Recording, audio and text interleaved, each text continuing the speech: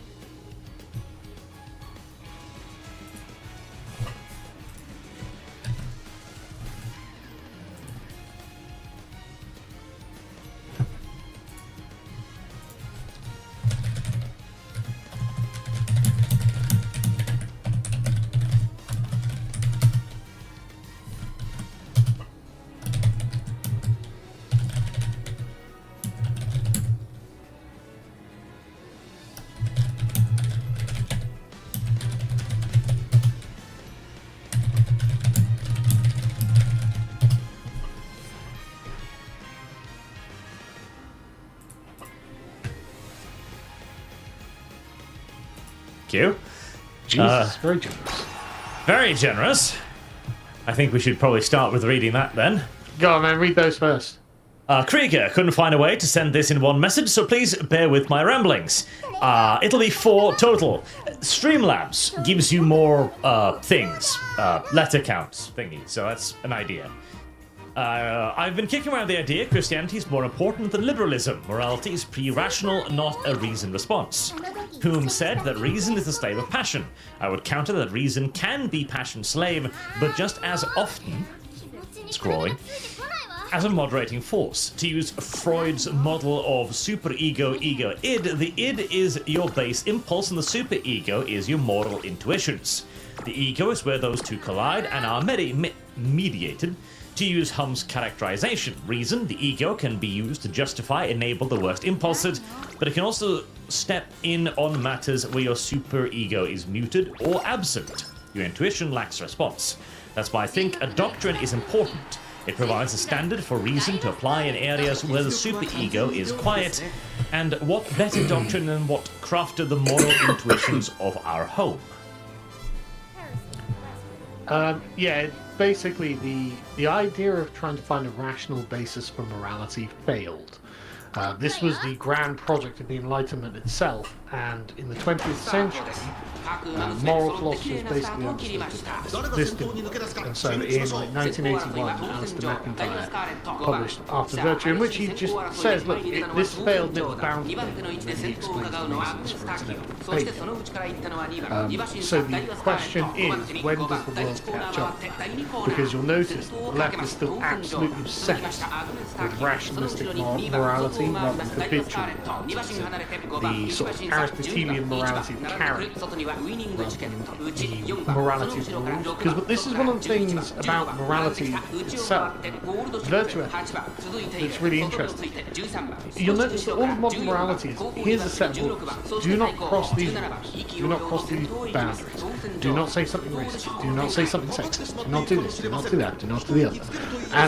And so the left has this giant table of rules that is constantly changing when new things are discovered to be racist and sexist. Well, what's really interesting is Aristotle basically doesn't have any rules, right? He doesn't have any rules that say, right, you never do this. What he has are advisements towards judgment, as in, you need to decide whether you are falling into excess or defect in any one thing. And so your personal judgment is how you're going to decide whether you're being a good or bad person. There's no just abstract rule to apply to. And so not only are you the author of what is the correct moral thing to do, you're actually the person who chooses and decides and is responsible for it. But it means that there's no one else you can appeal to.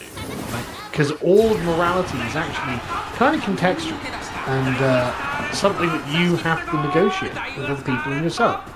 And this is why good habituation, as in training yourself to be moderate, training yourself to do the right thing and doing it reflexively, is actually a lot closer to what may constitute morality than blindly following rules. In fact, you could look at it and realize that following rules actually means nothing when it comes to morality, because, I mean, a psychopath can choose to follow rules because it'll get him to the top of a corporation or whatever. That doesn't mean he's a moral person. That just means he's rational enough to follow some rules for his own benefit. It's not okay, but you wouldn't say that's a good person. And there we are. That's basically the problem with all of morality since about 1800. See, chat is complaining about some sort of echo. I'm trying to figure out. Okay, so that's the kick one. That one's not recording. There's only one line on Streamlabs. Yeah, there really shouldn't be an echo. Well, I can't hear it. Let me see. Top of a corporation or whatever. Just to answer someone in the chat, it's not that necessarily morals are subjective. The term subjective is kind of the wrong way to approach the issue. Morals are personal, right? It's not that we can't have moral judgments about one another and decide that guy did something immoral. We can absolutely do that. But the person in charge of who acts in a particular way and who doesn't act in a particular way is you. So, like, having like an appeal to an abstract rule is not what it is to be moral. What that you can have a utilitarian view of following rules, and in fact, I do very much have a utilitarian view of following rules when it comes to, say, paying taxes. Holy shit, do I fucking hate paying taxes, but I pay them because I know that if I don't, it's just not going to be worth the hassle. Even though, but following, and the left tries to make a virtue of paying taxes. You'll notice. It's like, but paying taxes is not a virtuous thing. It's fucking evil. I hate it. Paying taxes is evil. Correct. But I also agree that there needs to be a doctrinal basis for the majority of individuals, because most of us don't actually want to spend a lot of time thinking about virtue ethics. It's not a topic that the majority of people wish to concern themselves with. And we have already come to agree... And we've already come to agree on the majority of these things. That is the fundament of our society. And having these basic doctrines in place then, bias, for example, a religion, allows us to have a firm fundament. The problem with completely rational moral ethics logic is that there is no limit. It can be deconstructed or built upon ad infinitum. Because every time there's, oh, but what about this situation? Okay, we need to expand the doctrine. Oh, but what about this situation? Okay, we need to expand the doctrine. But Vorsh just dropped the N-words. Oh, God, okay, we're going to have to expand the doctrine. And it never ends, and it becomes an unholy mess that nobody who doesn't study it for 6 years could possibly decipher. Yes. And it just becomes a massive headache. But if you just raise people in, honestly, a sort of traditional way, as in give people a basic Christian morality in which virtue becomes just a matter of course for the nature of their lives, then you just don't have to worry about that. Yeah. It's already been done. We don't need to worry about it. So, speaking of morality, we are about to watch a pair of communists, apparently. So I'm sure there won't be much involved with that in today's stream. So I take it I asked you not to watch this. Did you watch it? I have not watched it. I just saw the channel name being like Workers Hammer or something. I was like, okay. Yeah, it's a really like hard left channel, right? But chat, I saw this video, I watched it, and I was like, fuck, this is so good, we're gonna have to watch this. But I told Arch not to watch it, so he wouldn't be prepared. So hopefully it's as good as I remember, because I watched it a week ago or so. But hopefully it's as good as I remember. And also, just before we start, a reminder, do go check out the previous video on the channel, as the GW has apparently decided to double down on not taking any action against the employee who was calling Charlie Kirk a fascist cunt and other things. If you want GW to not reward and nurture this sort of behavior, you do need to perhaps take some action here by emailing them. You are the customer, you are entitled to complain when you're not happy that the company is doing something you don't like. Absolutely. It's that simple. That simple. That simple. And again, like, the thing to here is, GW appears to have now not only they've sided with the individual in question because they probably agree with it. So this is kind of the last-ditch effort. If this is allowed to continue to fester within Games Workshop, for all intents and purposes, they're just fucking lost. Oh yeah, I mean, I view them basically as being lost at this point. Because I mean, like, look, think their products are turning to shit, man. Yeah, and I think that is in large part also due to the infiltration. Like, I saw other messages of the guy, and like, it's very clear that this individual just doesn't like Warhammer 40k, and he's there purely for political reasons. Yeah, I bet he is. So do consider taking like 8 minutes out of your life and check that out after this stream. Thank you very much. Right then, let's see. Now, God willing, this will also record audio on Streamlabs. Welcome back. It will. I'm so happy I got it to record all noise again. Oh. Right. Welcome back to another video from Workers Hammer. I'm Tom. Do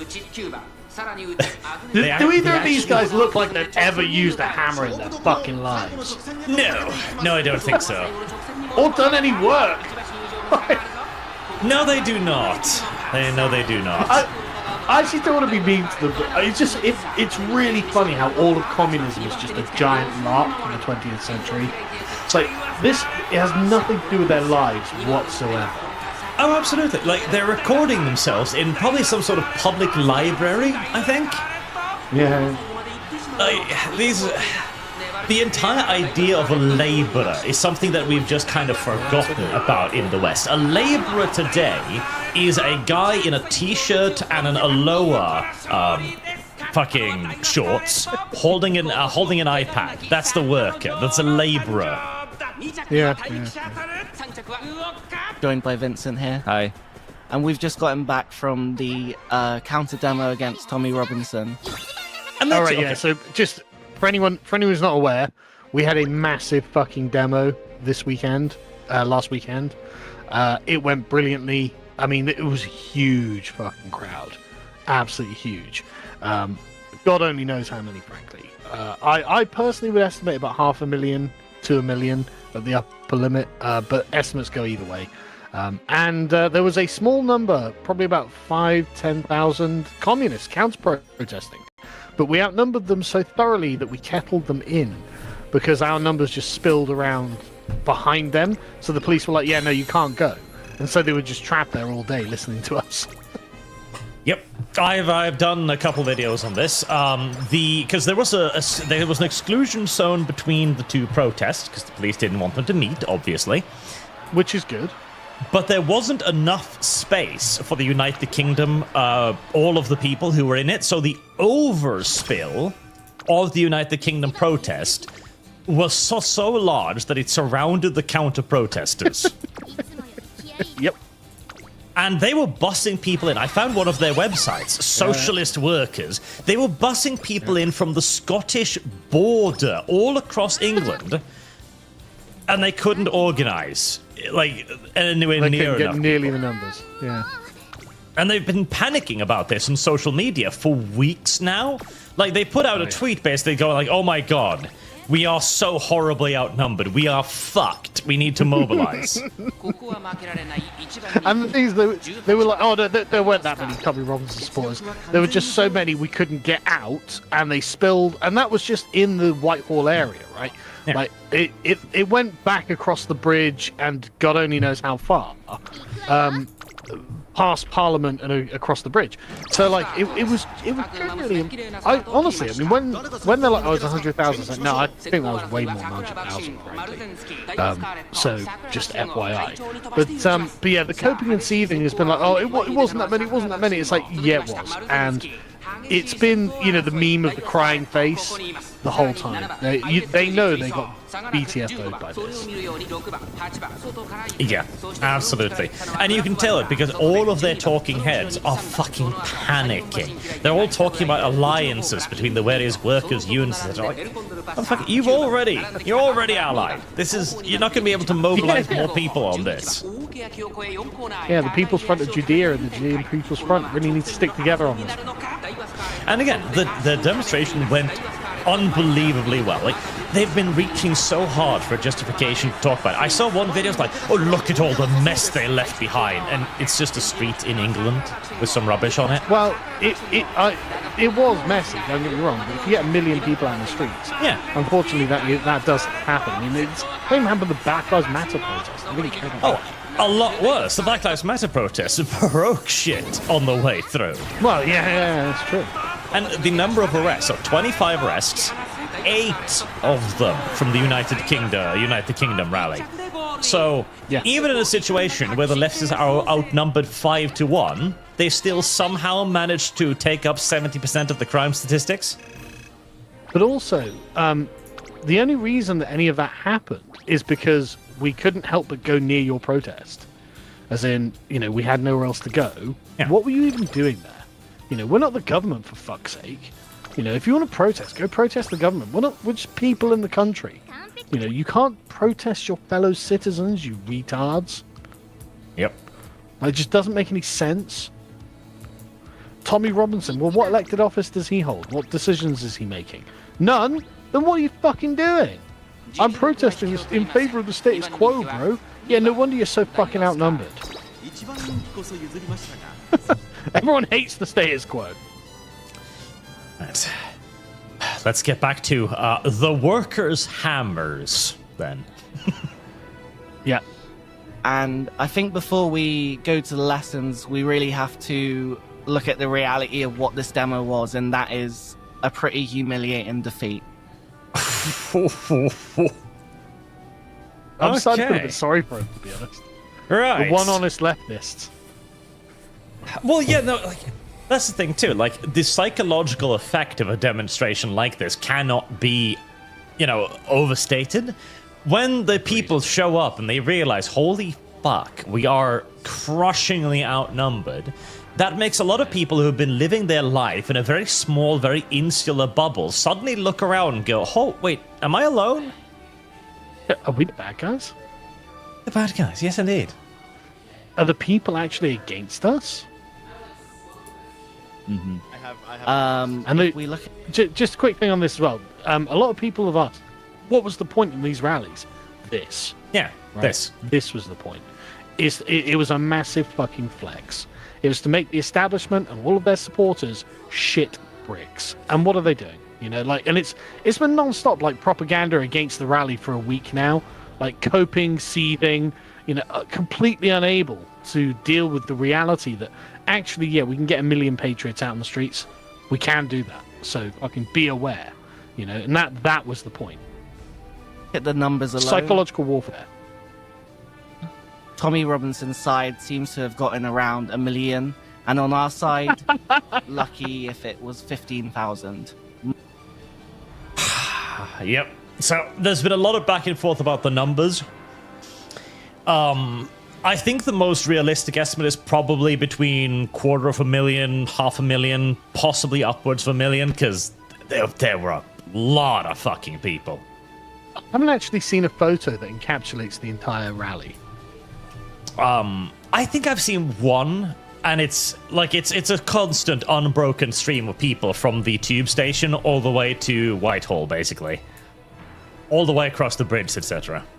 But remember, it goes around back further than that. So the streets on either side of Whitehall were the ones that were filled that kettled these guys in. Yep, that was the overspill from the main rally. Yeah. So there's you would have to be very high up in a helicopter to have caught it all. I don't think any of them were. So I honestly don't think it's an over exaggeration to say it's probably close to 1 million. Yep. And the lefty demonstration, like even 15,000 is probably might actually be an exaggeration because they were in a very small area comparatively. I would say so. And you see the pictures, they're quite widely spread out as well. They're dancing and stuff. Yep. And so there's quite a lot of space between them. Whereas on our side, everyone's packed shoulders. Like, I had to push through the crowd to get to the stage. My God, man. Like, it was not easy, to say the least. So, I would say 5 to 10,000 for them at the most. Are you ready to run More likely so nice 10,000. buttery, buttery? Oh, there we So go. I think maybe if we just start there, you know, like how did we get here? I mean, but How did we get... Oh God. So this is also one of those things that has been going around Twitter for the last week. Like, a lot of leftists asking, how did we get here? 10 years of continuous fucking abuse of your power? Yeah. Like, 10 okay. years of making the country worse. Making 10 years of society just being unbearable. absolute fucking shitheads. Yeah. I found... Oh, yes. There it is. So, I'll DM you this image, because since I'm usually sharing the whole video now, I can't just bring it up on the shared screen. I'll send it to you. This perfectly encapsulates what's happened right now. The radicalization. Like, because everybody started out with our principles, even earlier, like 2014, 13. Like, oh, I just want everybody to have free speech. Slowly but surely, like, come on, Jesus, you're making all of these idiotic decisions. Imagine if it were you on the other end. We've finally arrived at, you're on the other end. Yeah. And now, I can't believe they're cheering about getting Jimmy Kimmel cancelled. It's like, oh yeah. Like, Jimmy Kimmel, when Tucker Carlson got fired in 2023, he was like, haha, it's great. And his whole audience fucking cheered. Fuck you. Fuck you. You think we're showing mercy now? Fuck you. You have no idea how much everyone is enjoying this. Absolutely. Razor Fist had a great video on it, right? A great take on it. He's like, listen, right? Everyone's complaining that in the middle of the fight, we're winning it. It's like, yeah. That's it. It's exactly it. We didn't start the fight. We didn't want the fight, and now we're winning it. We're not going to stop because you're fucking losing. No. When you're helpless and unable to hurt us, then we'll stop. And because one of the narratives that is beginning to form now, too, is the idea that this just suddenly happened. Like, oh my God, suddenly the right wing is doing all of this to us. Yeah. Oh, I thought you guys were against cancel culture. Yeah, we used to be. That is not the correct picture. That's not a horse girl racing game. Stop that. There we go. There. And no, like, I also saw, like, there was a tweet going around earlier, I replied to, but of this to us. yeah. Oh, I thought you guys were against cancel culture. Yeah, we used to be. That is not the correct picture. That's not a horse girl racing game. Stop that. There we go. There. And no, like, I also saw, like, there was a tweet going around earlier, I replied to, but, oh, the right's going to have to do some heavy lifting trying to defend free speech now. It's like, we're the only people who've been defending free speech for a decade, you Yes. shit. You've been the fucking problem. Fuck Yes. yourselves. our virtue is not your shield. Fuck you. Yes. Exactly. You're not going to use my principles as a shield. Yes. This is happening. Like, oh, that's the argument. Your opposition did something bad, so now you're doing it too. No. The argument is, we've tried to make the you shouldn't do this, it's bad, for 10 years. And we've finally reached the point of like, no, okay, let's allow me to demonstrate. Yeah, now it's self-defense. That's what this is. Self-fucking defense. Defang the wolf who's trying to tear out your throat. That's what you have to do. Yeah. And now suddenly, like even Hassan put out like a caps tweet the other day. Like, oh my god, they're so much better at this than us. Yeah. Yeah. Well, the thing is, right? Remember, you guys were always trying to get people cancelled for things that aren't really very bad. Like trivial things. They're like, oh, he said something racist. He said something transphobic. It's like, ooh. But you're actually cheering for the death of people? Like, that's so much worse. Yeah. What you we need to did write is a book trivial. to justify your cancellation. Oh, in this context, racist means ah. All we need to do is don't cheer on the death of a person. Yeah. But not just the death, the murder of a person. Then Jimmy Kimmel, don't go and lie about it. It wasn't a right winger who did it. It was a left winger who did it. What a shock. Don't cheer it on. Because, like, the whole premise of, like, them being like, oh, I'm against racism, bro, is because it damages the social fabric. Right? It makes black people feel they don't belong in society. It's like, okay, yeah.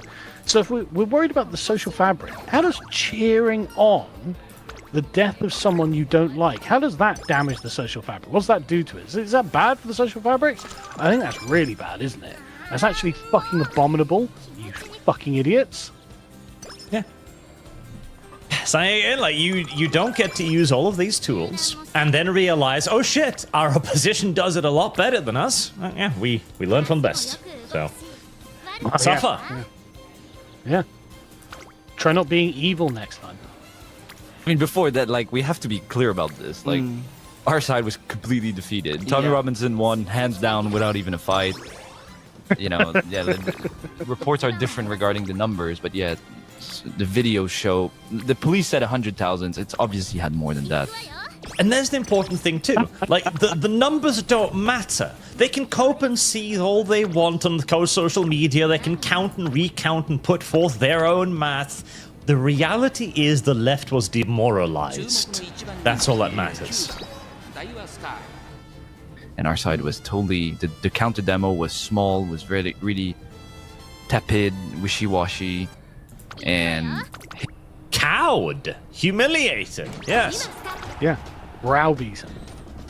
What was also surprising is how confident and emboldened the right was, because the demo was attacked at Whitehall, people were trapped, and, they were ready for showdown. And even that too, again, it was just the overspill from the protest. Like, that wasn't the United Kingdom or like protests going, oh, let's get them. No, they couldn't fit into the area the police had set up, so they were just trying to get into the area through other streets and ended up surrounding the counter-protesters. And I love the thing, they were very confident. It's like, yeah, I bet. I mean, we were, of course, for good reason. Because we were like, look, we've had enough. This is it. Like, the English people are becoming genuinely politicized by the state of the fucking country because of what the left has done to us. Like, genuinely, this is becoming like an issue of political awareness.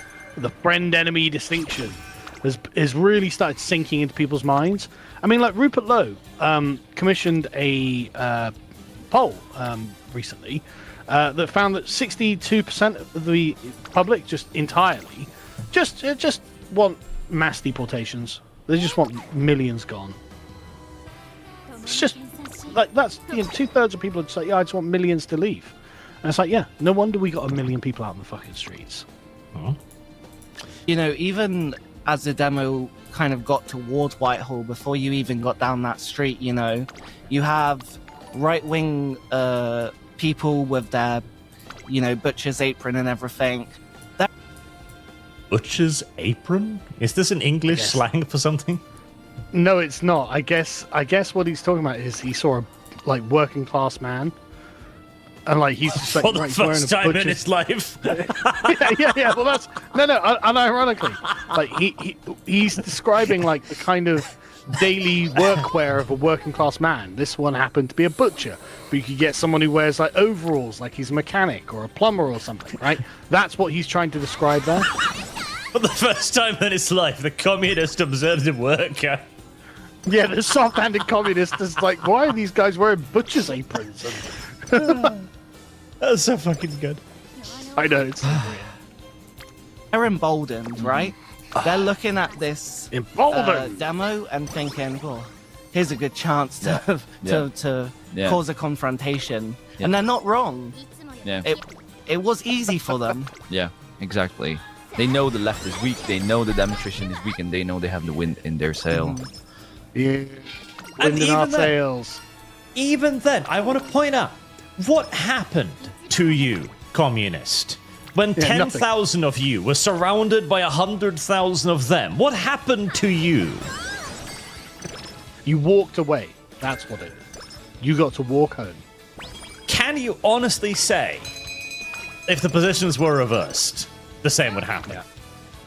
And I mean, after all of the leftist demonstrations that have near universally turned violent and destructive, I think we can be pretty confident that no is the answer.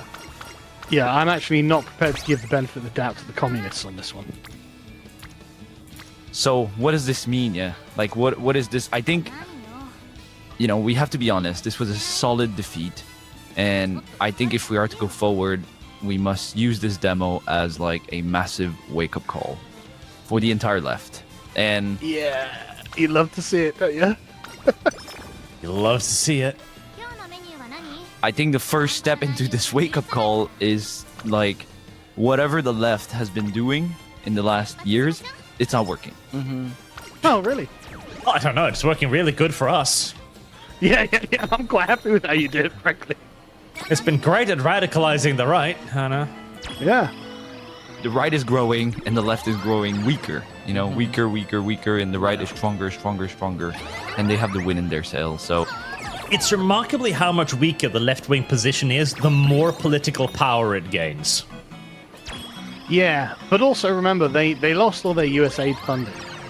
Yep. So the lifeblood of their artificial, AstroTurf networks has all been sucked out.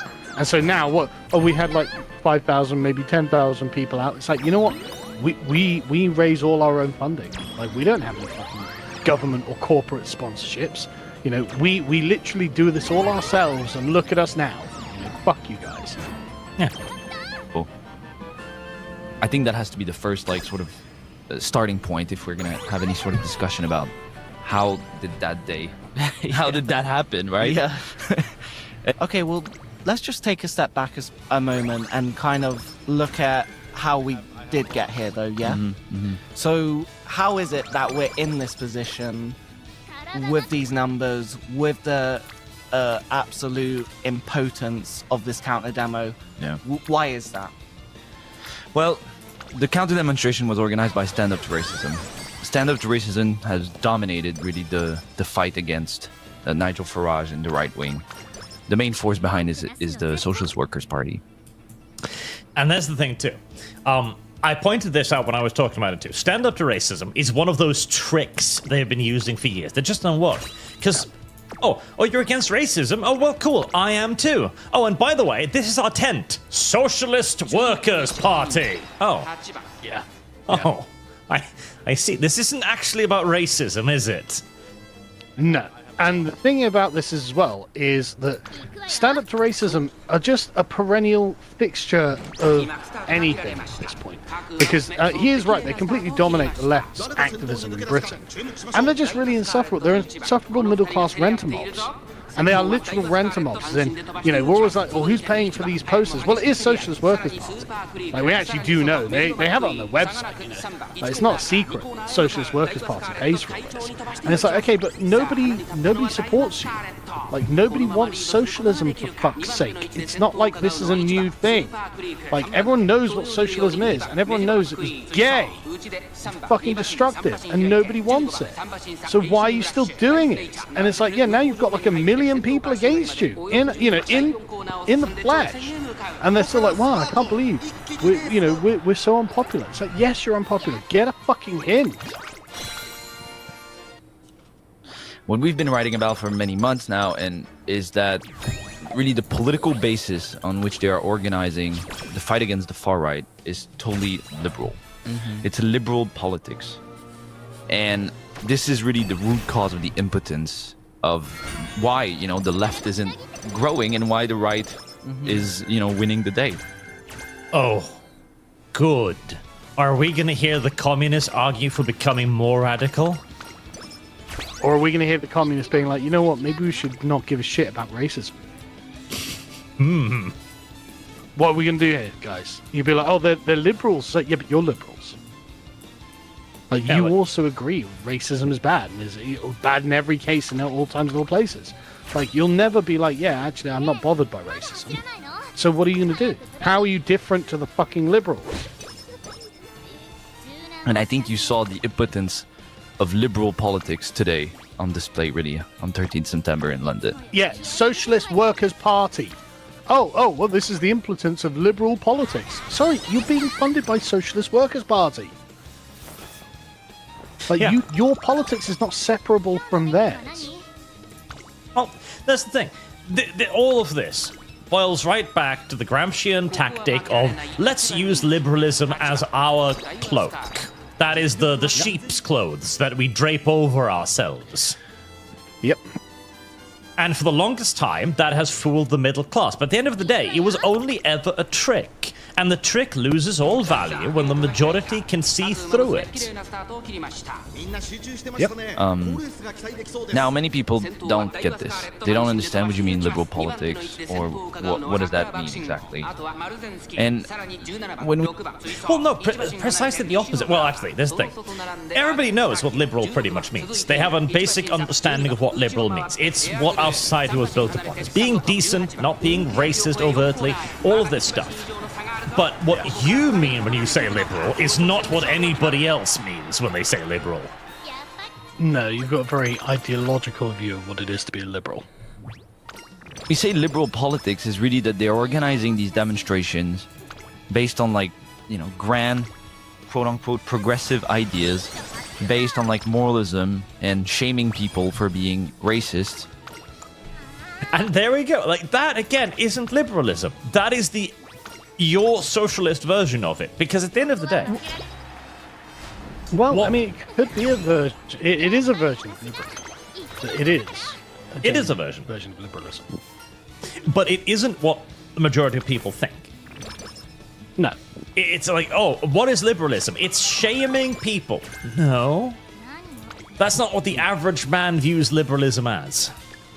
It That is didn't your- used to be that. Yeah, that is your progressive version of it.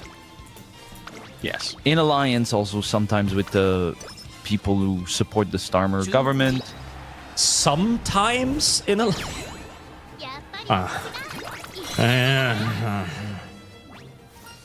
Relying on the police, relying on the state, as opposed to class struggle politics. And there's the thing too. Class struggle politics don't exist. They don't exist. It is always the state who is required to enforce this. This is literally why, in the 1920s Italy, everyone was wondering, but where's the revolution? Marx promised us a revolution. Why aren't the workers rising? That's why they had to also- invent this entire thing. Yeah, but also, this is deeply anachronistic, right? As in, what are the classes? Sorry, what are we talking about? Do we have an industrial proletariat? Do we? No, we're post-industrial countries. What we have are like atomized people who work in corporate offices that don't know about each other or care about each other, and they're not being like oppressed. They're being completely disenfranchised. But that means there's no way to properly organize. Like there aren't. What kind of union would you have? I mean, a lot of these people are being paid really well. Well, the tech unions. Like, the fastest growing unions today are fucking, like, game developers and programmers. Yeah. Like, that's why you Yeah, have the socialists well-paying on jobs. the left. On the right, going like, oh, I saw a person in a butcher's apron. Like, yeah, that is your first encounter with the so-called labor class. Yeah. But the point being, like, nobody works in like a bourgeois office job. You know, you're in an air-conditioned office typing on a computer. Like, you can't have a workers' revolution with people like that because they're in no personal danger from their own job. Like, they're talking about politics that used to be things where it's people working with heavy industrial machinery, where there was a genuine risk of death. Like, you would wear your body out, And so actually, you know, being taken care of, and when you've got like relatively low skilled labor like this, where it's just like, you know, put thing in thing and try not to get killed, like, yeah, there are millions of people who can do that job, so labor costs are very low. But if you're talking about like the average middle class office worker, which is like 40% of the economy or something now, it's like, okay, but that's not a person who is feeling like there's an existential problem with their job. What they're wondering is, why do I feel that my society has disappeared? Yes. So, and I also want to point class out, politics doesn't matter. the only situation in which you get a workers' revolution, historically, is during periods of incredibly bad long-term situations. The French, there's only really been two revolutions that have been sort of successful.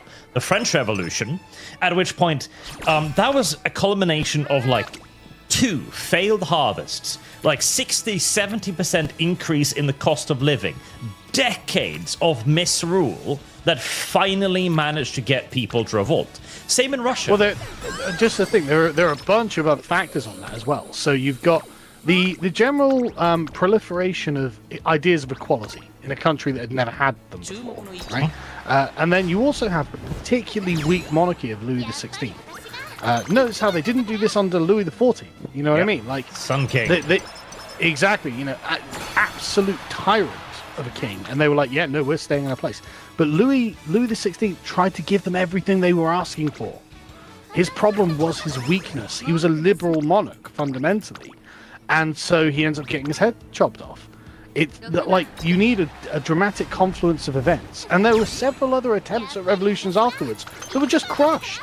Yes. They were just fucking crushed all through the 19th century. There were a bunch of revolutions. They're just crushed. Fuck you, not having your revolution. Now what? Oh, I guess we go back to work, I suppose. Like, you know, there's nothing else to do. Things need to be uniquely bad. And the same in Russia as well. The reason why the Tsar was crushed was because he too was weak. And amusingly enough, his wife was the one who was like, Nicholas, you gotta treat the peasants worse, or they're not gonna respect you. And the thing is, Nicholas seems like a nice chap, didn't he? Oh, he's a fantastic person. He's a fantastic family man, loving, very caring, great person, but he's not a Tsar. Yeah, and what happened? The Bolsheviks murdered his entire family and him. Yes. So it's just like, okay, lesson learned. And again, that's after decades of terrible fucking rule, a lost war against Japan, countless defeats at the hands of Germany, massive economic decline, millions of casualties. And even then, it took years and years and years of weak rulership and a massive depletion of the military for a revolution to happen. This entire idea of the working class standing up is a fucking fiction within a fantasy. But also, the nature of the revolution was always built on social bonds that were way stronger than they are now, right? So people would go to pubs, they would go to coffee shops, they would associate. In France, they had all sorts of like, you know, bourgeois like social clubs. You know, the Friends of Liberty and stuff like this. There were all sorts of them. So you pay an annual due, you go there, you'd associate with other like-minded intellectuals like yourself, in which you would end up forming these groups that would be active in the revolution. But look at the society now. Like, pubs are closing every fucking day because people aren't going to them. Like, society itself has never been weaker. Like, there's going to be no organizing, you know? Like, the internet has so thoroughly atomized us that there's just no danger of a fucking revolt. Yeah. Essentially. Yeah. So maybe we can break that And, down. well, even when that alliance isn't clear, like, there's never a, you know, like an actual clear line against Keir Starmer, you know? Yeah. It's always only us that have those slogans against Keir Starmer, which... And, of course, obviously, on paper, the entire left is against Keir Starmer. Well, almost, yeah. Keir Starmer was a fucking Trotskyite, or Pabloist, or whatever they call him, in his youth. Keir Starmer was a student revolutionary just like them. Yeah, but of course, it's the nature of progressivism, is that by definition, there is no true Scotsman in leftism. It can't exist.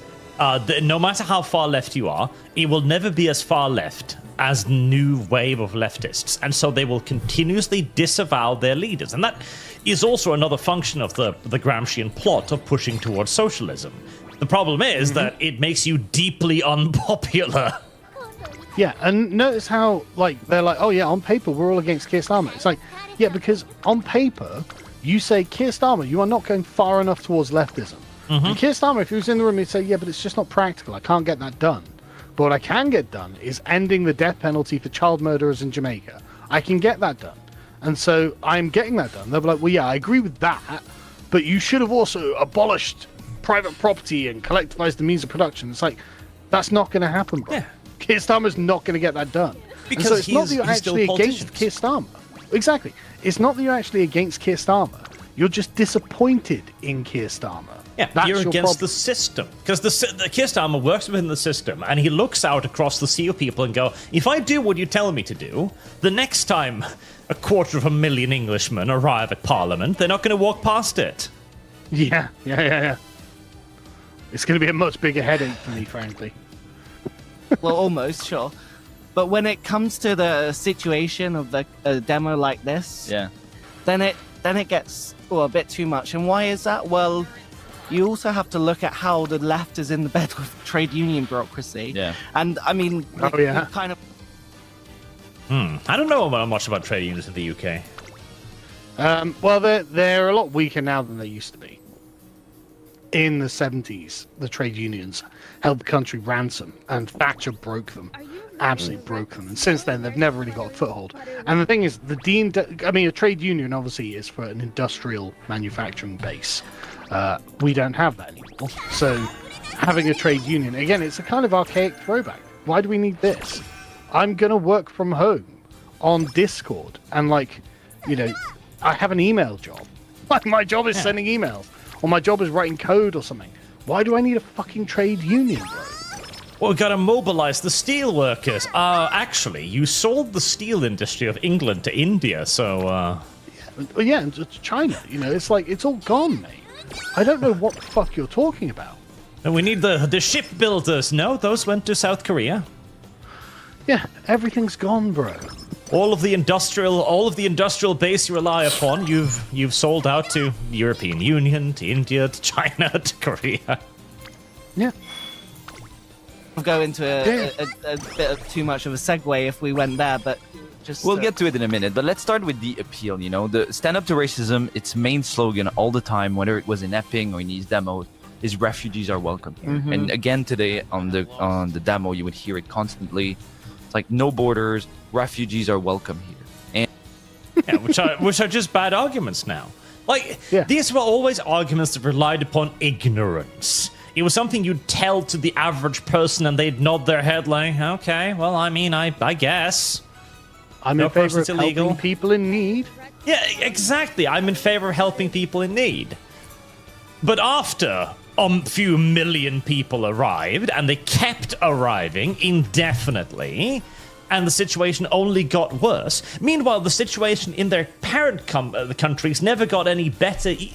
It's like the same why funding for international aid has been dropping enormously year over year. Because to begin with, there were these huge television fundraiser drives. You remember those? Like Stop Hunger in Africa. Big things. Mm-hmm. All kinds of artists came out. They organized. They raised millions and millions and millions every time.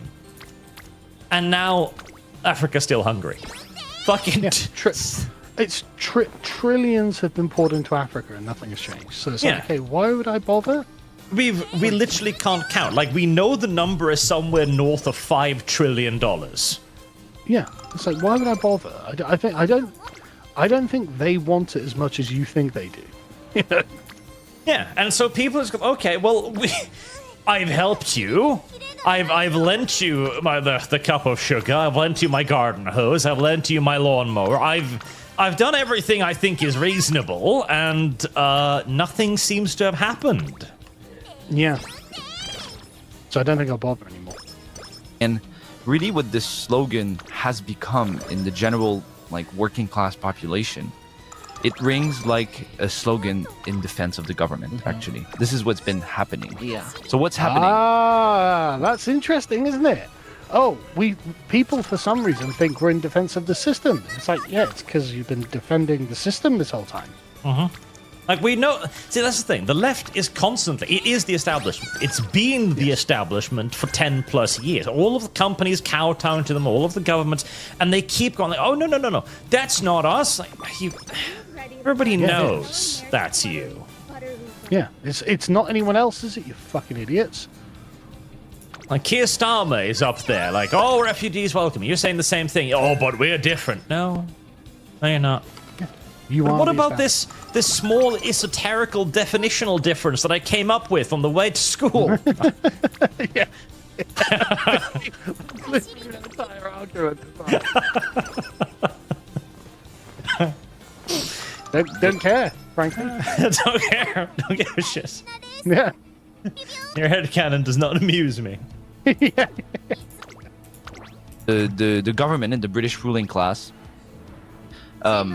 has for many years bring a lot of immigration in order to bring down the cost of labor, in order to squeeze the working class even more. It's one of its tactics, really, to divide and oppress the working Well, when class. you have Oh, hang on a second. Holy shit. Aren't you a leftist? Aren't you like, good God, they're using immigration to attack the working class. We must end immigration. Wouldn't that be the very first thing out of the average leftist mouth? You would think, right? My God, this is unacceptable. They're destroying the working class through mass immigration. Immigration is a capitalist attack against the working class. We have to do something. Yes. And of course, like, that's the thing. It's one of those things where they cannot fucking square the circle. I'm like, oh, but we don't want to hurt our working class. Oh, but we did just import 1 million people to drive down the price of wage or labor again. Yeah. And they're like, oh, we don't want to be racist, though. Because this happened during when they left the EU. So with lorry drivers, like truck drivers, right? Because English truck drivers were being massively outcompeted by Polish truck drivers who came in, owned trucks, worked individually, charged fucking nothing competitively.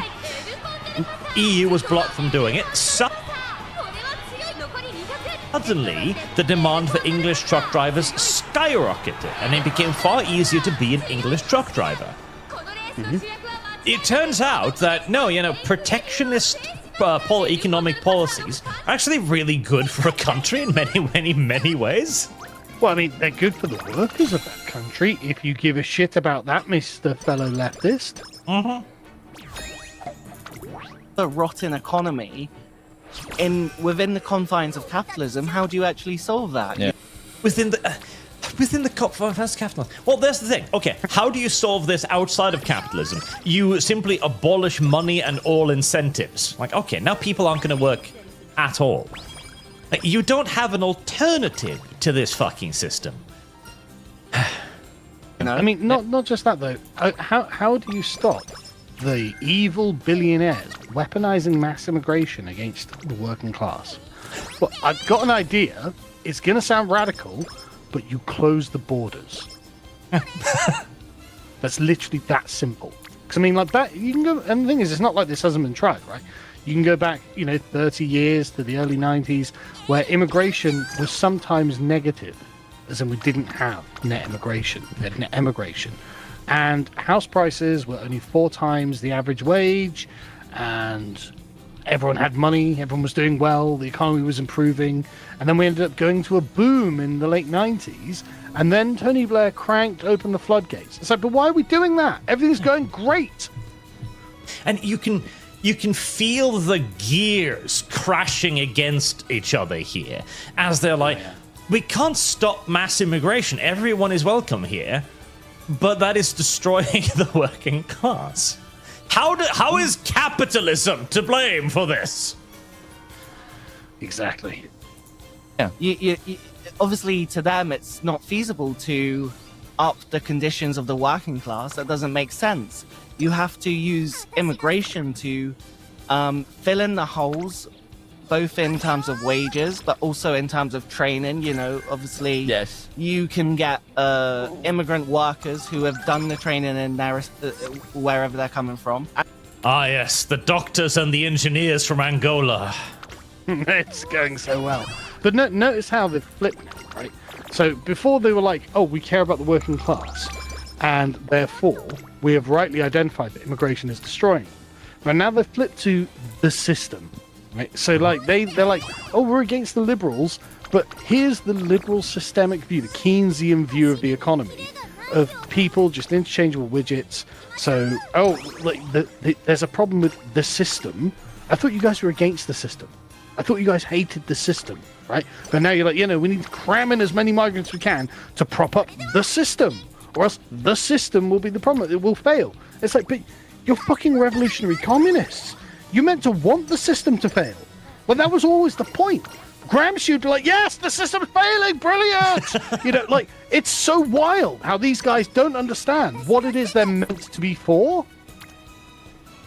Well, again, like they have never actually thought about what they want here, because they, on some level, they understand that if they manage to make the state collapsed, then that Angolan butcher is going to probably come from them first. But not only that, like they're propping up the system that prevents communism. Like that's what they're doing when they're like, we need to import people to do the jobs that British people are too lazy to do, or whatever their narrative is. That's them propping up the system. And it's also the understanding as well that if the system collapses, and there's then the option between socialism, more of what made the system collapse, or find all the socialists and drag them through the streets, option B is going to be significantly more appealing to the majority of the population. Yeah, plenty of people are going to be like, you know what, I am listening. Workers, you're free! You destroyed everything! Yeah. And then, of course, actually, liberals like to point out how wages aren't going down. The point they don't really talk about is how they are stagnated, Yes. And how all of the other prices are going up. Yes.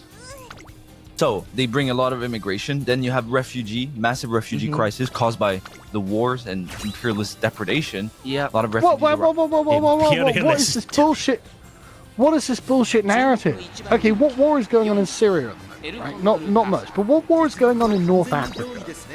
Like, why are millions of sub-Saharan Africans from, Ghana coming and Kenya? What wars are you fucking talking? I love the assumption the rest of the world is just this perpetual Warhammer 40,000 hellhole. There is nothing but war outside of Europe. So we've got to cram as many of these people in. It's like, okay, but aren't these also the people who cause the wars? If they're foreign, and war is just a condition of foreign parts, why do we bring foreigners here? Why wouldn't they bring their wars here? And oh, look at that, they are. They fucking are. They bring, literally, they're bringing their ethnic conflicts here. Oh, fucking great. These guys just haven't got a clue. Yeah, the thing is, a lot of these places, they have constant internal tribal warfare, basically.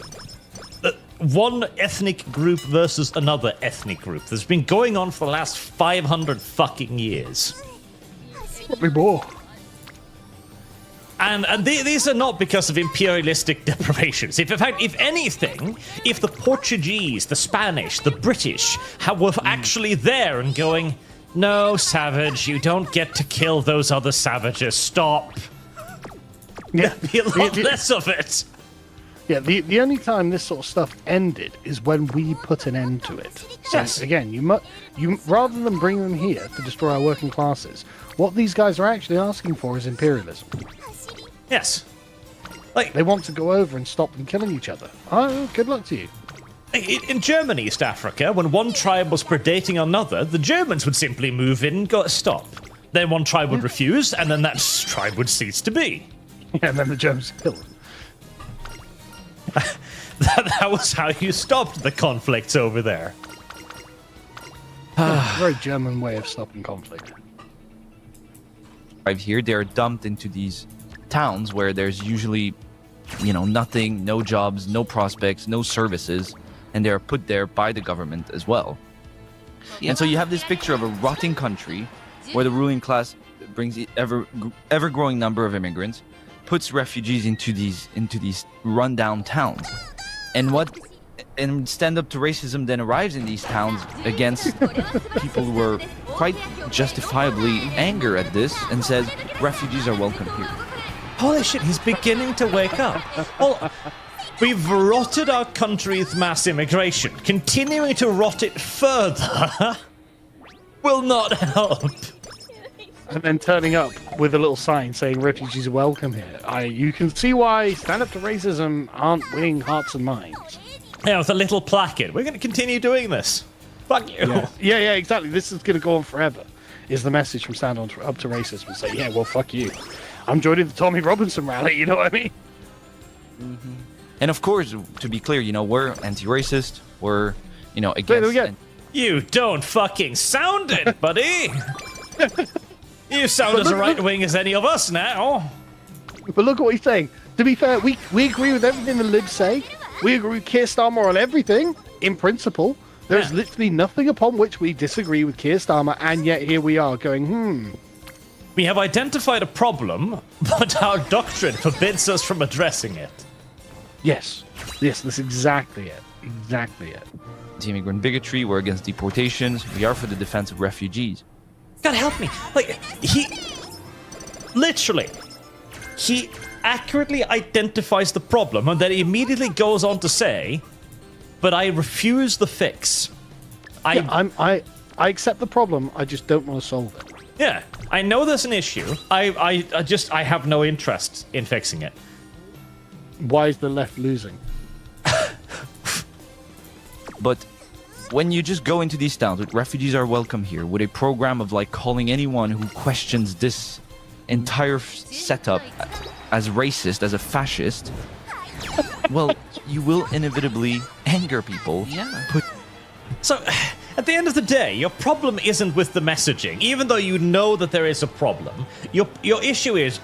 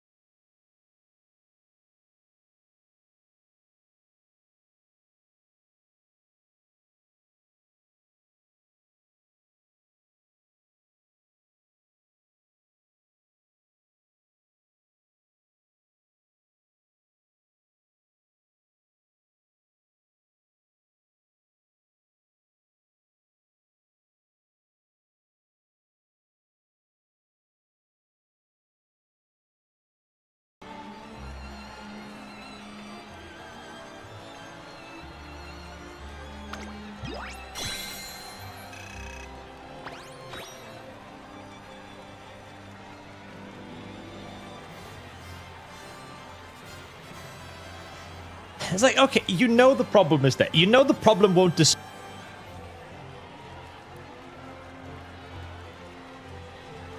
because you refuse to stop the problem. And so your solution to the problem is we need to redefine the problem. Yeah. This... You must understand on some basic intellectual level that they will not fix anything, surely. I mean, maybe they do, maybe they don't.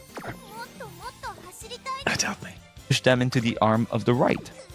Yeah, well, I mean, I think we should emphasize the point of how rundown, these communities in Britain Yeah, are. yeah. Let's take Epping as an example. You know, what have the working people in this town really got going for themselves? And so when you add a group of immigrants on top of that, then that just, the scarcity of resources just intensifies, okay? And the point isn't that, you have to deport them. Of course, that's not the answer. How is that not the answer? How is that not the answer? Okay, you have a limited number of resources, as you put it. There's scarcity. There's too many people. The answer is not to reduce the number of people. Also, it's that meme of the guy, literally a communist who looks like this guy, going up to some average guy and going like, is it because you don't know the means of production as the town behind is full of fucking burkas and falling apart with a mosque in the background? It's like, look, man, actually there are some things beyond money that I'm bothered about with the state of my country. These people being here is one of them. But you have to find a way to actually meet the needs of those people in Epping. So the solution is, let's magic forth more stuff out of the ether. Oh, thank you, communist. Thank you. Yes, that's literally his solution. Fantastic. I mean, hey, I agree with you. If I too could just pull a fucking Star Trek replicator out of my ass, that would fix a lot of problems. And yet... It's remarkable, isn't it? Absolutely remarkable. Like, the solution to the problems that communism has created is magic. Fucking fantastic. Thank you. I mean, I believe him as well. I believe that is what he thinks the solutions to the problems of communism are. We're going to need a wizard, a literal wizard. The solution is just to give everybody more. Okay, Because we're all out of ideas. Okay, let's humor that for a second. Let's say that we've got a magic bag of apples, and we can give everybody there an apple each. Everybody's happy. Then you bring in another 1 million people. Now we're back to everybody having half an apple again. Yeah, exactly. We're back to square fucking one. Fucking hell. Fucking hell. And it's not to simply welcome the refugees, because you do end up just being kind of pro-government line, essentially. Yeah. And I mean, we want to welcome the refugees, but we don't want to welcome them because the government says it. We want to... God. We don't want to welcome them in the way that the government does it, either. Like, I love this. We're capable of doing everything that they're doing. It's just that everyone's hating us because of it, and so we don't have a way of getting out of this trap. Like, they're desperately struggling to find some way to differentiate themselves from the state, and they can't find any. No. the dividing But I mean, line. I don't even know what they would do either. Like, what would be the option? Okay, so the government position is refugees are welcome here. Your sign says refugees are welcome here. You agree with that sentiment, even as you go, this is going to destroy us. And so your only response is, well, we agree with that, but in a different way. What? Are we arguing over the spelling? The phrasing? They've been drawing, and that's for months for Epping and other place. The dividing line they've been drawing hasn't been trying to unite the plight of immigrants with the plight of, you know, native-born British people. Oh my god, the plight of the immigrants. Fuck the immigrants! We've already gone over that. You cannot unite this plight because, as the guy on your right just said, there's not enough stuff. Their plight is we don't have enough stuff. Yeah, and it literally is. Like, Britain is becoming a poor country. Like, it's just, everyone knows it. Everyone knows it. We're a poor fucking country at this point. Against the government. No. It's been Against the government. Oh, God, help me. the slogan "Refugees are welcome" here. The line is drawing. It's between those who, are for the refugees and those who are like against. And it's a slogan that targets not the government, which is responsible for this mess, but it targets people who are quite legitimately angry that their rundown town now has also to care for, dozens or hundreds of refugees. Exactly. It's a false polarization. And actually, the thing is How is it a false polarization? It's just the polarization. We have a left-wing government that is ruining us, and you're like, well, I'm kind of in favor of it. It's Okay, remarkable. There's a blank line of code in their head where they go, the problem is there's not enough stuff, and there's more people taking the not enough stuff. This is a false problem. No, that's a... there being more people taking away the not enough stuff is the problem. It's like, but they're being polarized falsely. No, what the hell? It's like they have the logic up until the point where they need to come up with a solution, and then it just disconnects.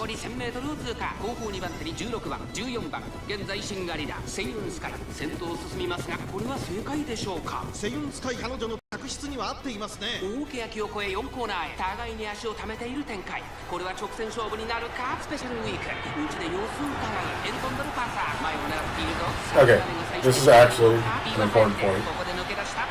I think what communists are missing is they assume, I don't work for the rest of this. Hell yeah.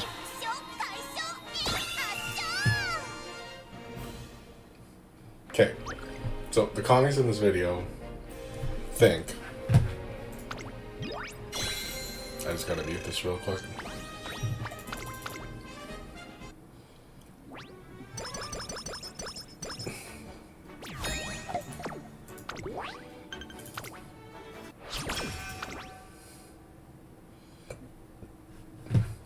Okay, so the commies think that the amount of stuff, as they're talking about, where they're talking about housing and welfare, whatever, is like a linear function with the number of people in society, no matter what. They don't really acknowledge that it's only like however many, like probably like 10% of the population actually making these things, or even being like a positive in that respect. It's probably like half, maybe. And then everyone else is like a drain on society. So the refugees are basically just a drain on society. It probably takes like 2 generations for that to break even. Unless they're in some sort of like actual guest worker program, then maybe they'll immediately break even, but that is not most of the people sort of like smuggling themselves into the UK at the moment. And a lot of the people coming into the US are the same, where they basically just come here for welfare from whatever nonprofits they can get out of it. And they really are just like a drain on tax dollars. There's all this cope about like, oh, well, actually they contribute to the economy, and it's just like not true. Anyone who's ever tried to apply to financial aid in California knows this. There is no like financial aid for normal people in California unless you're like illegal or your parents like don't have a job, basically. Yeah, is what it is. But then commies don't get that it's only like a small fraction of society that actually makes pretty much everything. And that's their like gap in the logic of why they don't get why restricting immigration would alleviate the problems that they're talking about. Well, I mean, the problem is they're asking for exactly what the government is doing. And the Yes. thing that the government is doing is terminal. It is fucking terminal for my country. So, like, this is just the... Because they've got nowhere else they can point, right? At no point has a right-wing government been in charge and done this to them. This is all the product of left-wing human rights philosophy, anti-racist philosophy, and it's ruining everything. And so they're like, right, okay, obviously we're in favour of anti-racist left-wing human rights philosophy, but look at the fucking results. And it's making everyone really right-wing, and there's no getting out of this trap.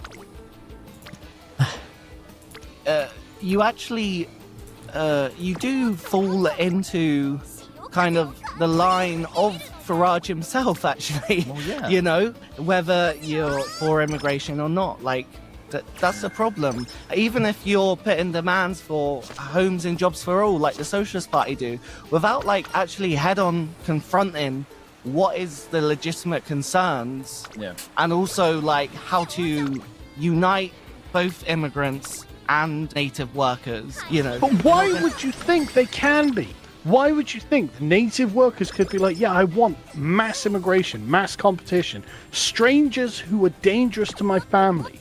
Why would you think I could be united with those people? Well, so I want to see if he. I want to see if he finishes the computation. I get that. Well, it's not enough, at Yeah. least. Yeah, so... No, he doesn't. Okay. Okay, so, yeah, no. The problem is, as he says again and again, there's a finite amount of stuff. There's not enough stuff for the people who are here. We bring in more people, now there's even less stuff. And then the solution You can never imagine occurs. He only mentioned the socialist part, like, oh, but our side is for enough stuff for everyone. Okay, but... That's nice. That's wonderful, but it's not there. Yeah, that's so very dreamy, but Like, the socialist steps, like, literally, you have the worker and his cookie. That foreigner's coming for your cookie. And the socialist comes in and says, but what if we had 2 cookies? I have 1 cookie. yeah. And I don't want that fucking foreigner taking it, 'cause it's the only cookie I've got, mate, alright? Yes, that is the that problem. I have 1 cookie. And God help me. I know. Fucking help me. These fucking people, man. Oh, God help me. All right. Yeah, we are 10 minutes in. How the fuck is this taking so long? I don't know, let me just grab a drink a second. Back in a sec. Yeah, do you I'm- want to go through some super chats? Yeah, I was going to say I'm going to go through a few super chats. What if we had 2 cookies, chat? What if we had 2 cookies, chat? Would you give your second cookie to the black man? Quietus, you want to try the legal route? Okay, Hassan Destiny must serve time in federal prison for continued call to violence. If that does not happen, the legal method has failed and they must be... Can't say that on YouTube. Well, I don't even necessarily agree that it will be the legal method to send them to jail. I think it is enough to simply demonetize them, to take away their incentive to spread bullshit. Dizwiz, I'm all for labeling them as terrorists. You two won't let me finish this word, but will it have a feasible effect? Depends. Antifa is now a terrorist organization. If that is enforced, it will have an effect. Because for all of the leftists going like, oh, it's not an organization, oh, it's not real. Antifa has headquarters in America. There are dozens of Antifa websites that they can take down. There are physical locations that can be raided. There are people on Twitter declaring themselves to be Antifa. But something, it can't simply be, oh, they're terrorists now. You've got to treat them as terrorists, too. Leper King, I pray your help. Expose Antifa cells. They are very well concealed. John Brown Gun Club in my state, a professional at OPSEC, is no longer mock these threats as trivial. Well, exactly, that's it. Like, the FBI then needs to go, okay, well, we're going to now actually try to find these people. Brian in PNW, been following you guys for a decade now. Holy crap, Call of a Khan 2015. I just want to play games. Call of a Khan 2025. I'll burn down your temples and spit on their ashes. Yes.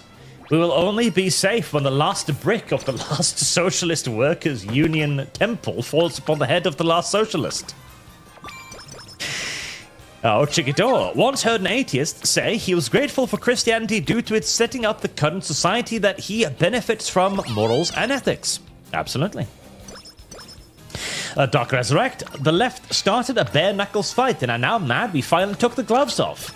The social and political beatings will continue until morality improves. Bite the pillow, communist. Precisely. We're now finally using their tools and they're upset about it. Alex Robinson, God bless you guys. 8 liberalism, 8 democracy. Return to knights and clerics. As a Luxon doppelganger, no, it's absolutely not enough to just deplatform Hassan Destiny. They must face the same legal consequences that I would face if I did the same. No other outcome is acceptable. I mean, I'm not saying it wouldn't be nice. I'm just saying it's not going to happen. I would be content if they suffered the consequences that they cheered on for others online first. Plus, proving incitement to violence is far more difficult than proving the TOS violation. Gigatwin, I don't think a wizard would be the answer. My proof is an old D&D setting called Mystara. There's a country called Galantry. It's a nation where wizards rule and magic items creation has been industrialized to maximize profits. Oh yeah, eventually the bag of infinite apples will end up in the hands of somebody who thinks to himself, I could trade silver pieces for these apples. Caleb Hutchin.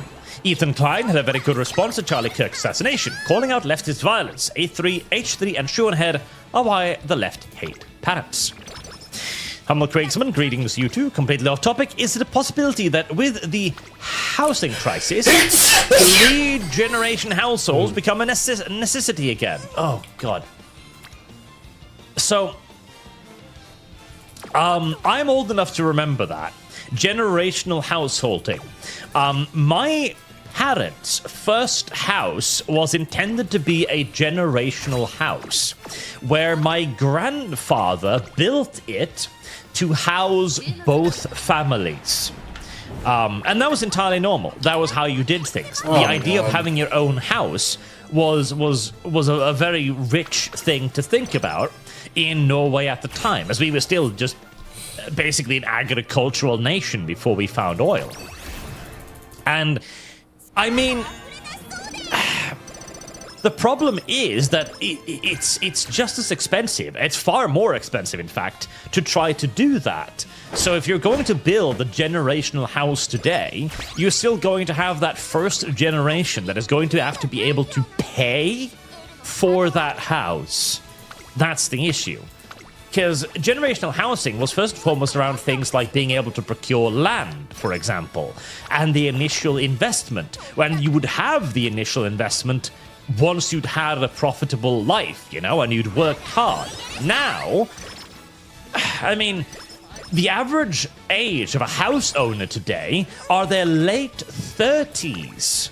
So in many cases, you'd already be having a family for like 10 years before you'd even start on the generational house. At which point, of course, you've been paying rent for like 10, 20 years anyways, which will have been sucking up your income too. Because renting is the worst thing you can do. When it comes to, like, getting a home, eventually, renting is one of the worst things you can do.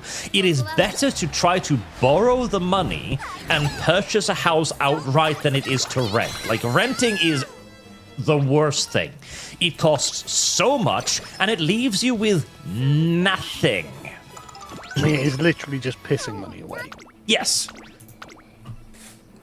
It's genuinely the worst thing you can do. But the problem, too, is, of course, that with the increased house of pricing, if you're 20 and you've just had your first job and you go to the bank and says, oh, I would like a loan for £1 million, They'll say no.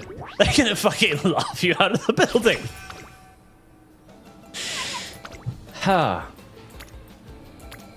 Or even like, not even $1 million, but like, what's the price of a house in England these days? Probably about 300,000. Okay, so £300,000 for a middling house. Right, so you'd have to go to the bank. You've been working for like 6 months, and you're going to ask them for £300,000. In the south, anyway. In the north, you probably get one for like 100,000. It wouldn't be good though. Like, and even that's a lot better. Like here in Norway, the average cost of a house would be roughly equivalent to 400,000, roughly. Mm-hmm. Like at that point, you're going to be in debt for the next 20, 30 years if Well, you 25 ever get years out of it. mortgage. The average Yeah. mortgage. And even that, even 25 years of mortgage is better than rent. But you then also need to be in a position where, one, you can get that mortgage, and two, where you can stay employed for 25 years. Yeah, but I mean, you've got a much better chance. And you know, either way, you're building up equity in the house anyway. Yes. So it's just better for you to be doing that than just peeing money away down the drain. Yeah, because again, if you rent, that's not your house. No matter how many years you pay rent on that house, it's never your house. Yeah, you will never gain anything from it.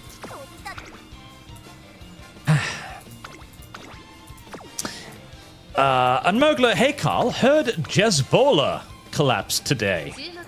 Oh, we're going to cover it on the podcast tomorrow. It's so funny. I'm not going to spoil it, though, but it is so funny what's happening. Sheikh Silver, of note, true leftists may cry about things being unfair, but they know deep down they're truly being defeated as enemies in a war. The last holdout to this reality appears to be liberals effectively looking for fairness from the left getting what's due. Yes, the final tactic now is to look up at the vengeance they've called down upon their own heads and go, do you really want to do this? Yep. Yeah. Any other questions?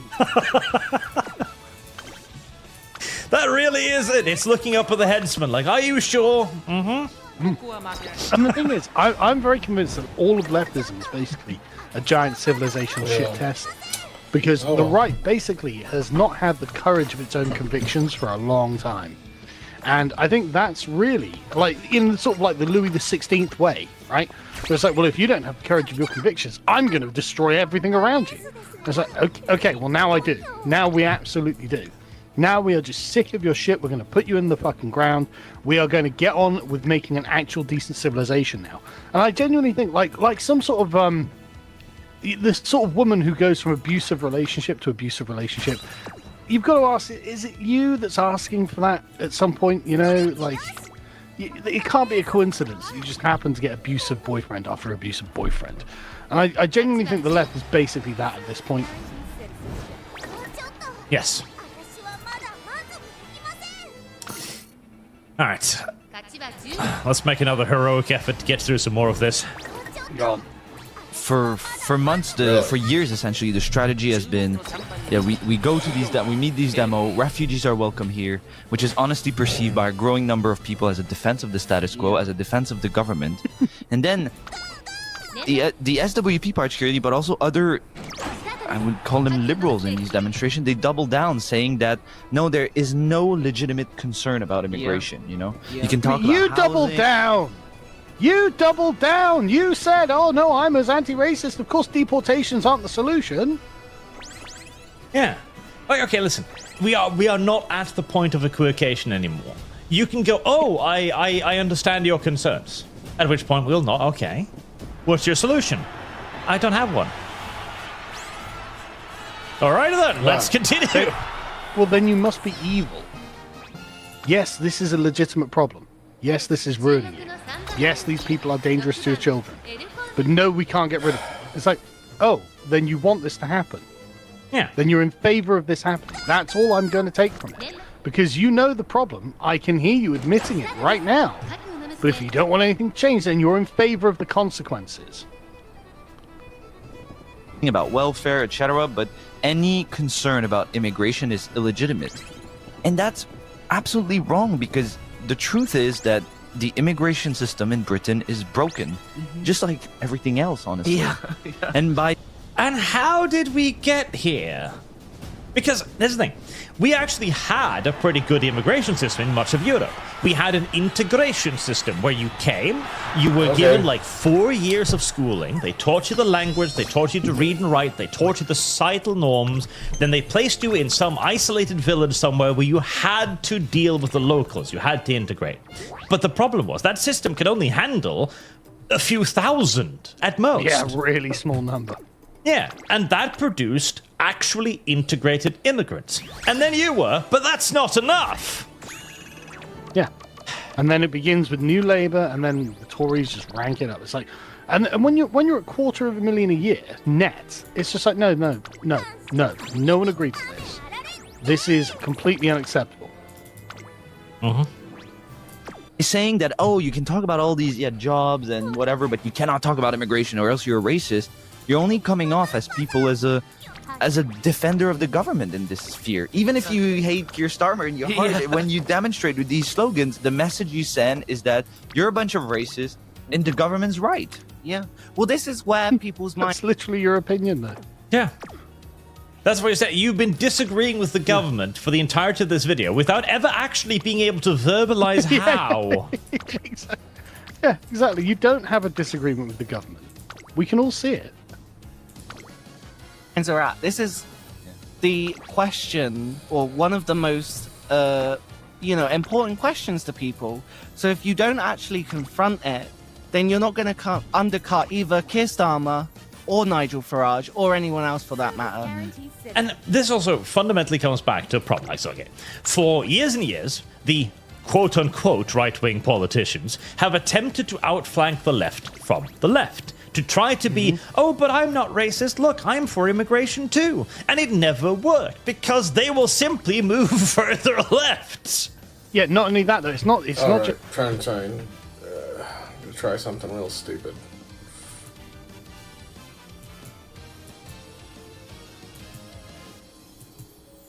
Yeah, I'll do another pasta run tomorrow. It's pretty terrible.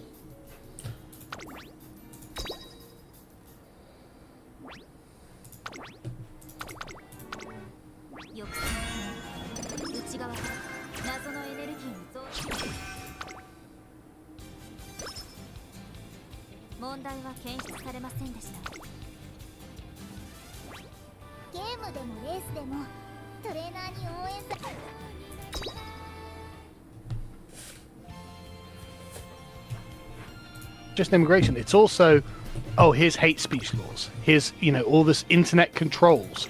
So, like, people can't be racist online and stuff like that. It's like, oh, yeah, that's really helping. I'm sure that's really making people not hate the fucking left. Yeah. And now, you guys are starting to try to do the same. Oh, we need to outflank the right from the right. Good luck. Yeah, good. Good fucking luck. I mean, honestly, anyone can outflank Nigel Farage from the right at this point. So that's not that hard, actually. So that's the problem with Nigel Farage and not the right more broadly. Because to actually get into the minds and hearts of working people, you have to deal with what's going on in there. Yeah. God, I'll tell you, sorry, just a quick thing. Working people, the working class, at this point, it's just a fetish that these people have. Like, this is just a fetish. They don't actually care about these people in any way, shape, or form. They can understand the problem. They understand why people are bothered about it. And they're like, yeah, well, no, it's going to have to be more of this in place. It's like, right, so we're just a totem, is what they're saying. You're just a totem that I'm going to use as a battering ram against the government. Except I love the government. The government does everything I want. I actually hate the working class because they love Tommy Robinson. So why do I keep saying working class? Why can't I just bring myself to admit I'm against the working class?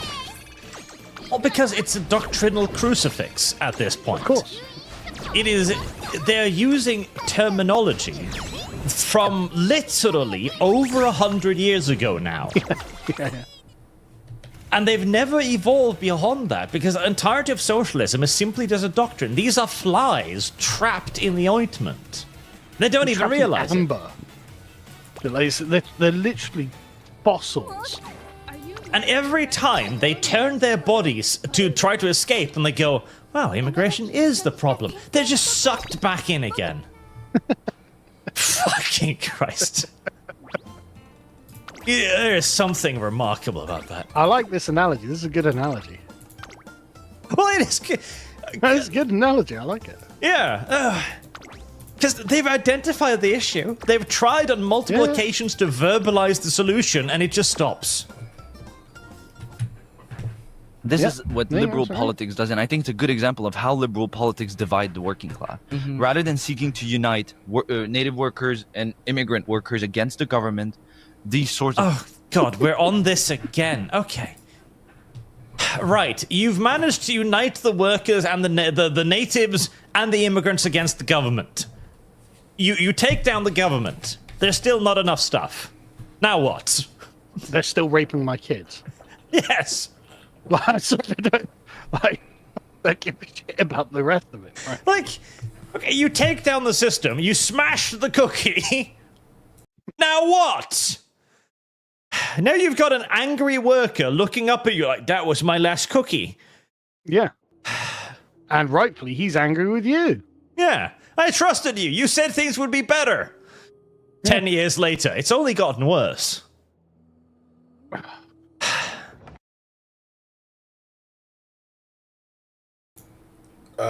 If someone doesn't have a job, you should probably just ignore what they say about how society's supposed to run. Yeah. Yeah, that's all.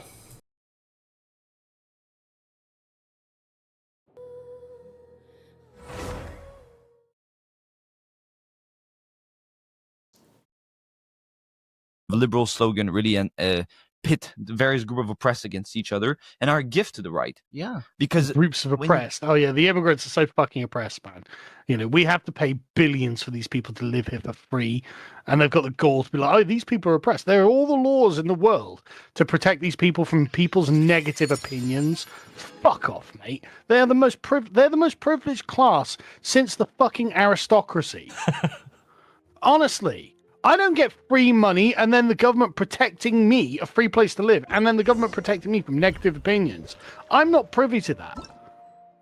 Yep. And Ripoff Productions donated $50. Thank you very much, sir. Instead of a single huge house for the whole family, just have two homes. One single-story home for the elderly and a slightly larger one for the newlyweds and their kids. Once kids grow up, parents move into the grandparents' home. It's how my family works. Yep. I mean, unironically, generational housing might have to be a solution, but that still doesn't solve the problem of getting the house in the first place. Well, I mean, it's literally the reality at the moment for loads of Gen Z. Like, they just can't afford to move out. Well, literally, the entire, like, stigmata of, like, oh, you're still living with your parents, like, as opposed to... Yeah. As opposed to being a person on their own home. But yeah, but that's not going to happen. It's not happening anymore. Like, ideally speaking, because we all understand renting, bad idea, unless the price of rent was significantly lower, then the best option, literally, is to live with your parents until you've built up enough of a credit rating to get the mortgage. I mean, the thing is as well, because mass immigration in this country it's not new, but the levels that it's at now are new. Rents, I mean, I used to have like a 1-bedroom flat with a living room, kitchen, bathroom, and a bedroom. But it was £400 a month, something like that. It really wasn't that much. You know, that's reasonable, you know, and, you know, if you're earning a couple of grand a month, you can pay for that, have a life, and make savings out of it. You know, but that, I mean, look at the price of everything now. That is gone, man. Service guarantees. they arrive in these towns and say refugees are welcome here. For a lot of people, it sounds like, well, these people want to put the needs of refugees and immigrants above our need. Sounds like. It's costing us Sounds billions, like. by the way. It's costing us billions every year. We don't even know how many billions, but it's billions. Like hundreds of billions, probably.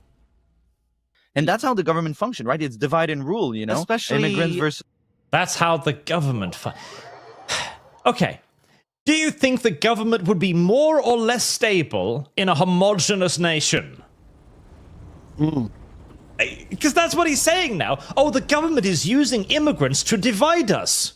Somehow it's beneficial to the government. Hold sure on. Keir Starmer was thrilled that 1 million people were on the streets yelling, "You're a wanker." Exactly. Keir Starmer just had a massive demonstration against him. And you were like, oh, this is definitely a ploy from Keir Starmer. What the fuck? What's his end game? What's the fucking plan here? Not to mention, if the government really wanted to just be more stable, you know what the government would do? It would send out messages in every newspaper tomorrow going, we're just deporting people now. We've got a random lottery that throws people with the wrong melanin out of the country. Suddenly, you'd have the most stable government in British history. Yeah. It'd be like, you know what, we think Enoch Powell was right about everything, so we're going to deport every single one of them. People are about, oh, thank God, finally. Fucking 96% approval rating. Yeah, it would be literally Bacaley levels of approval. As workers and the left's intervention, if it stays in these liberal thing, it's only dividing. But especially when you look at again to look at Epping, like for the most part that was Londoners, you know, petty bourgeois Londoners going into Epping and declaring these streets are streets. Yeah. You know? When it's the first time they've been there sometimes. Yeah. The foreign they're from London. elite. They're from fucking Epping, you pricks. Like, the protests in Epping were definitely locals. Yeah. So, why are we explaining all of this? It's because this has been like the politics I don't know, you haven't explained anything so far. Yeah. for many months, many years now. And it all like coalesced into this day where I think you've seen just in the numbers the failure of the anti-racist camp, let's say, the left, the socialist camp, to really connect with the discontent in this country, and how Tommy Robinson is able to connect in a much better way than the left with the discontent in this country. And I think actually, they have actually explained that very well. The reason is Tommy Robinson has a simple message. You don't have a message. You have no cogent response to any of this. Well, no, that's not entirely true. Their message is the government has done nothing wrong and you need to take infinite migrants forever. Even whilst also then saying, I hate the government and I would like to take it down. I hate the government. I hate everything about it, except everything it does. Yeah. That's I all really good. hate the government, except for all the things the government does. Yeah, exactly. Like that. And this is the thing. Their philosophy is just not prepared to be in charge.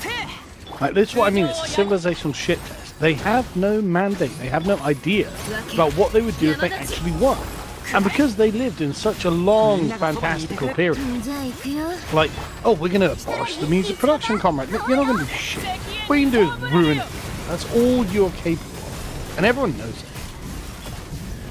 Because at the end of the day, what's so wrong in the SWP's thing that like all these people in these demo are just racist and there's nothing good.